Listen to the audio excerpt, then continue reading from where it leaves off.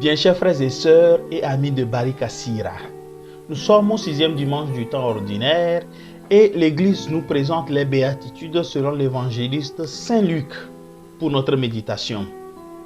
Mais avant tout, abonne-toi à notre chaîne et n'oublie pas d'activer la cloche de notification pour plus de vidéos et le pouce bleu pour nous soutenir. Vitamine BS, la vitamine de la bénédiction pour nourrir votre foi.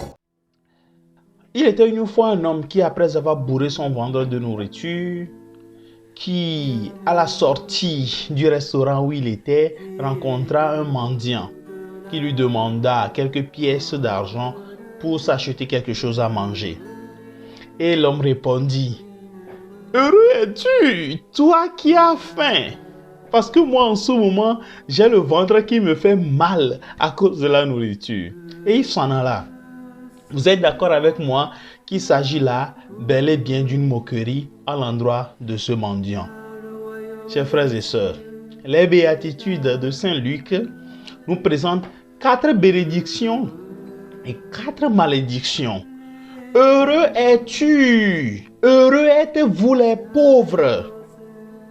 Presque égal aux paroles de notre monsieur à l'endroit du mendiant, n'est-ce pas? Malheur à vous les riches. Ainsi de suite. Ces béatitudes peuvent prêter facilement à confusion.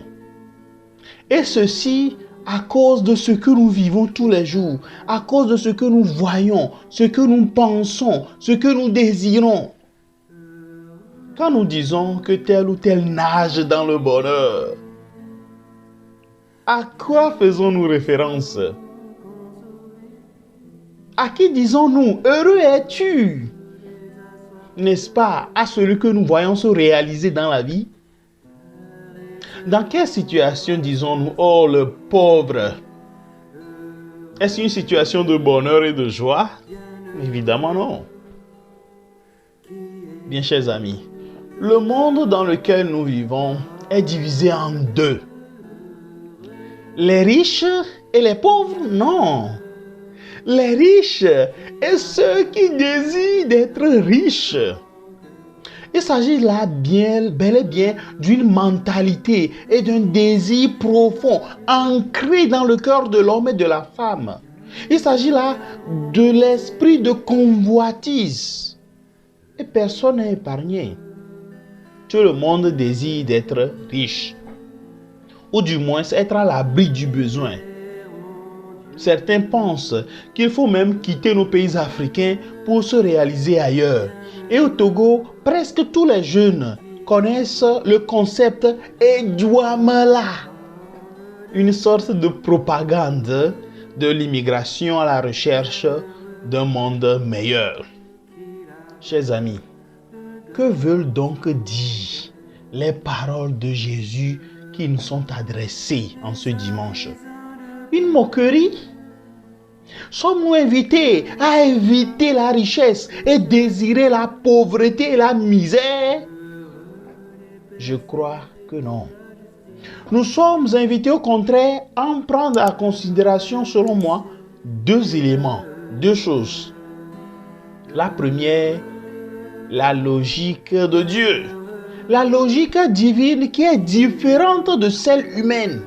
Saint Paul disait, ce qui est fou et faible dans le monde, voilà ce que Dieu a choisi justement pour confondre les sages.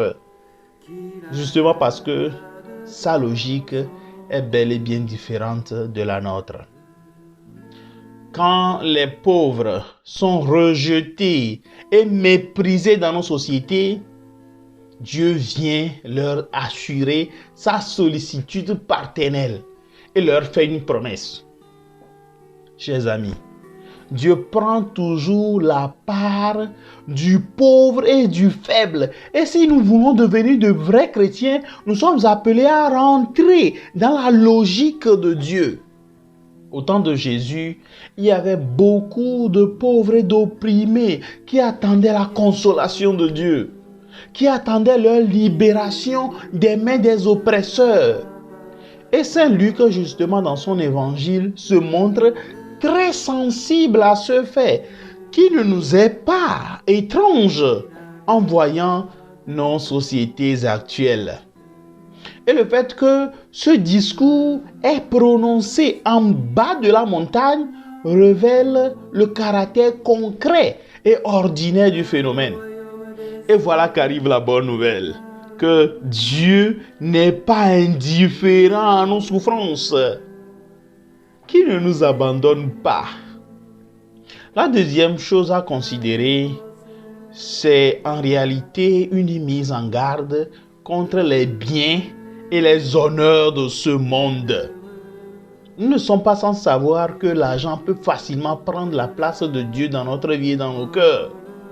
Que le matériel peut facilement prendre la place du divin en nous. Jésus nous met en garde. Nous écoutons aujourd'hui sur les réseaux sociaux ici et là. Cherchons l'argent vivant. Chers frères et sœurs, que cette recherche ne nous éloigne pas de Dieu. Ne nous pousse pas à mépriser et à opprimer les pauvres et les faibles. Ne nous pousse pas aux vices qui gangrènent nos sociétés et nous tuent, parce que tue notre vie de foi.